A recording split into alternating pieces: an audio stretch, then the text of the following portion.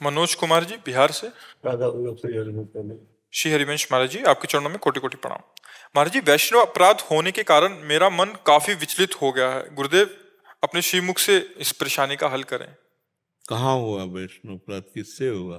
कल गए थे बांके बिहारी मंदिर में जी। वहाँ आपके आदेशानुसार हम पहले किसी को पैसा नहीं देते हैं, तो हम बिस्कुट लेके गए। बिस्कुट लेके जाते हैं बांटने के लिए, पिछली बार भी गए। तो कल एक माता जी आगे से गुजर रही थी और भी बहुत से सबको देते हुए जा रहे थे। तो हमको वो बहुत फटे पुराने कपड़ों में थे, तो मुझे हुआ कि कहीं वो छूट नहीं गई हो। तो मैंने उनको पीछे से आवाज दे के उनका हाथ पकड़ के कि माता जी ये ले लो। उस पर वो निकल गई कि दुष्ट मेरा हाथ छू लिया। हाँ नहीं, हाँ गलती है, गलती क्योंकि कौन तुरंत एहसास हो गया। फिर मैंने काफी विनय मांगी उनसे, लेकिन वो जितनी वैसे ऐसे कभी भी, यह धाम है ना, कौन किस कोटि की स्थिति का है वो इस पर, अब वो पता नहीं बाल ब्रह्मचारिणी हो, किसी का स्पर्श बर्दाश्त नहीं, आपने हाथ पकड़ लिया तो अपराध तो बन गया। उन्होंने जब काफी मतलब वो बोले कि हट जाओ नहीं तो मैं बदुआ दे दूंगी। फिर बिल्कुल नहीं, बहुत डरना चाहिए, ऐसा नहीं हम कभी भी, जैसे कभी भी है ना, किसी का स्पर्श नहीं करते, क्योंकि पता नहीं किस साधु की कैसी हम दूर से। यहाँ पे समझ में भी नहीं आता। सुबह में भी मैं आ रहा था यहाँ पे दर्शन करने के लिए। सुबह में तो एक महात्मा जी निकल रहे थे, तो और काफी थे महात्मा। मैंने सबको प्रणाम राधे राधे करते हुए प्रणाम करके जा रहा था। एक को मैं प्रणाम किया तो बोले कि बढ़ते जाओ, सीधे बढ़ते जाओ। तो समझ में नहीं आता यहाँ पे कि मैं किसको प्रणाम करूं। नहीं, हम ये कहते हैं कि आपको किसी की प्रतिक्रिया से मतलब नहीं, छुओ मत, दूर से प्रणाम कर रहे हैं, ये उनकी प्रतिक्रिया है, आपकी नहीं। आप प्रणाम की मुद्रा में, छुआ नहीं है, प्रणाम मुद्रा में, बस यहाँ संभल के रहना है। आप बहुत नम्रता दिखाओगे, सामने से भगवान रुद्र रूप दिखाएंगे, आपकी अश्रद्धा हो जाएगी। सामने वाले की प्रतिक्रिया नहीं दी। अगर आप स्पर्श न किए होते उन माता जी को, अभी शांति हो जाती। अभी हम कह देते कि कहे उनसे कल से गलती मान रहा हूँ अंदर।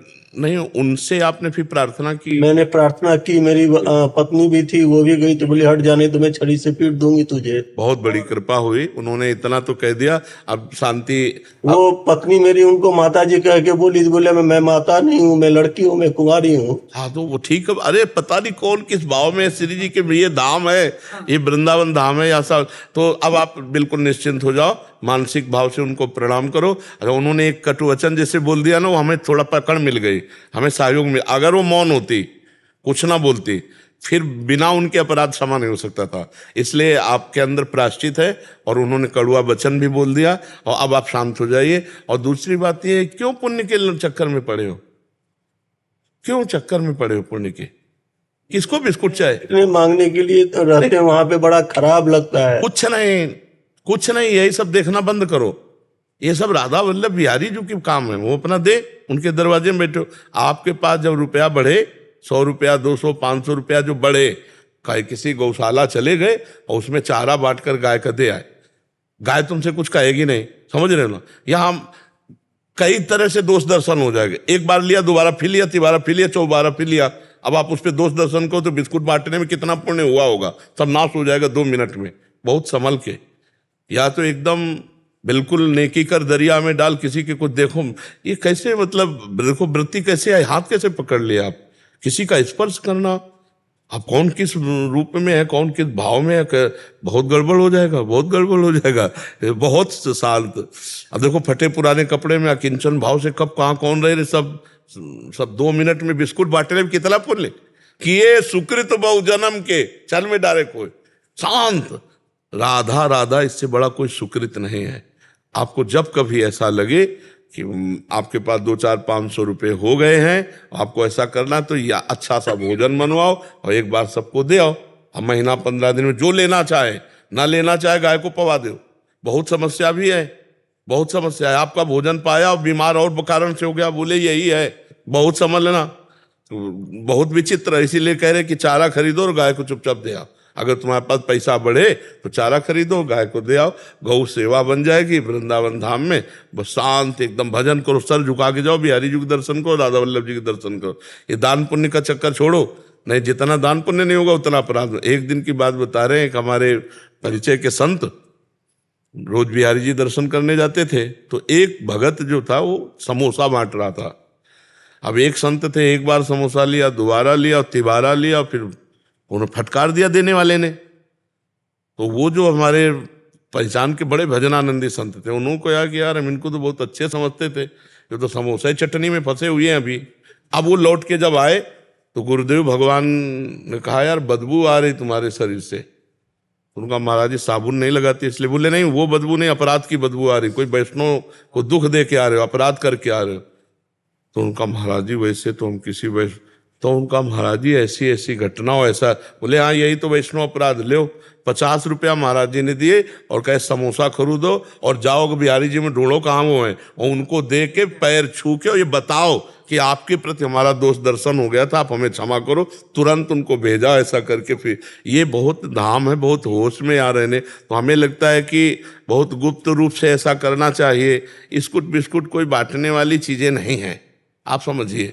आपको जब कभी लगे तो 10-20 रोटी बना लिया, सब्जी दाल बना 4 कार्टून पड़े हुए आए, और 4 कार्टून बिस्किट के पड़े हैं। हाँ तो एक दिन बात याद और क्या, बस और 2-2 पैकेट में लेके आ जाए, एक बार उसे बांट दो, बस शांत भजन करो, राधा राधा राधा राधा, अपराध न बने, सबके चरणों में प्रणाम। और बड़े विचित्र विचित्र वृंदावन वासी हैं। दूसरा सदगुरु ये था कि जब से मैंने किया उसके बाद मुझे एक बार अपनी अनुभूति तो नहीं बोलनी चाहिए, लेकिन परंतु अगर अनुभूति नहीं बोली जाती है तो भी बड़ा संशय हो रहा है।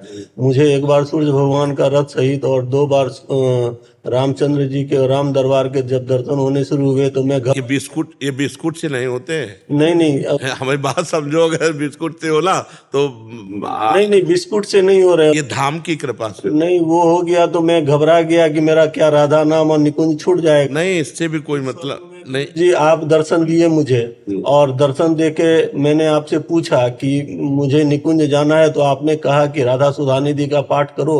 तो मैं संस्कृत में गुरुदेव मैं नहीं कर पा रहा हूँ, हिंदी से पाठ कर। लेकिन गुरुदेव आपकी जो उस समय में मैंने देखा कि आप भूमि पे लटे हुए थे, मुझे इतना हो गया कि मैं गुरुदेव को इस अवस्था में देखा तो मेरी आंखें क्यों नहीं फूट गई, जो मेरे गुरुदेव इस अवस्था में। आप भूमि पे लेटे हुए थे ऐसे? नहीं तो आप अगर हितधाम में देखते तो भूमि पे ही तो लेटे रहते थे, हम भूमि में ही शयन करते थे। अब वो तो शरीर रोग के कारण हम थोड़ा सुविधा स्वीकार किए, नहीं तो हम जमीन में ही सोते थे, सीधे जमीन में।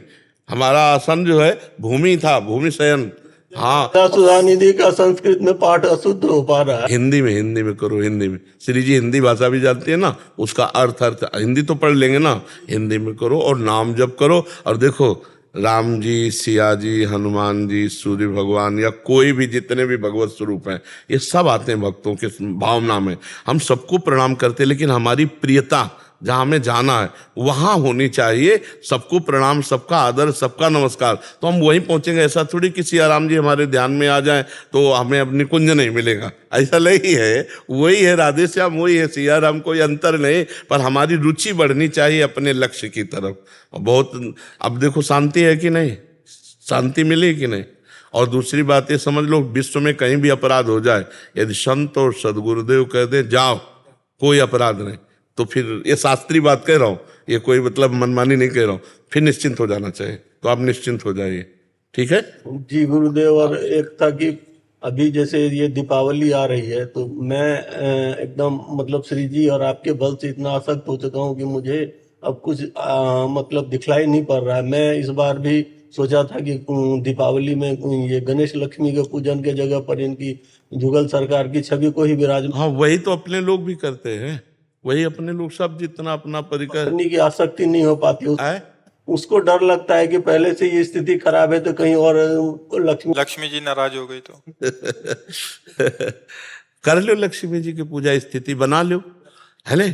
देखो 2 बातें हैं का जो आदेश होगा मैं वो देखो, हमारे आदेश की बात पूछो तो हमारी श्री जी ही लक्ष्मी जी है, हमारी श्री जी ही सब कुछ है। और जब श्री जी का धाम है, तुम्हें श्री अनंत कोटि ब्रह्मांडों का ईश्वर जिनके चरणों में महावर लगाने की प्रार्थना कर रहा है, उन श्री जी की अगर आराधना करेंगे तो स्थिति गड़बड़ हो जाएगी।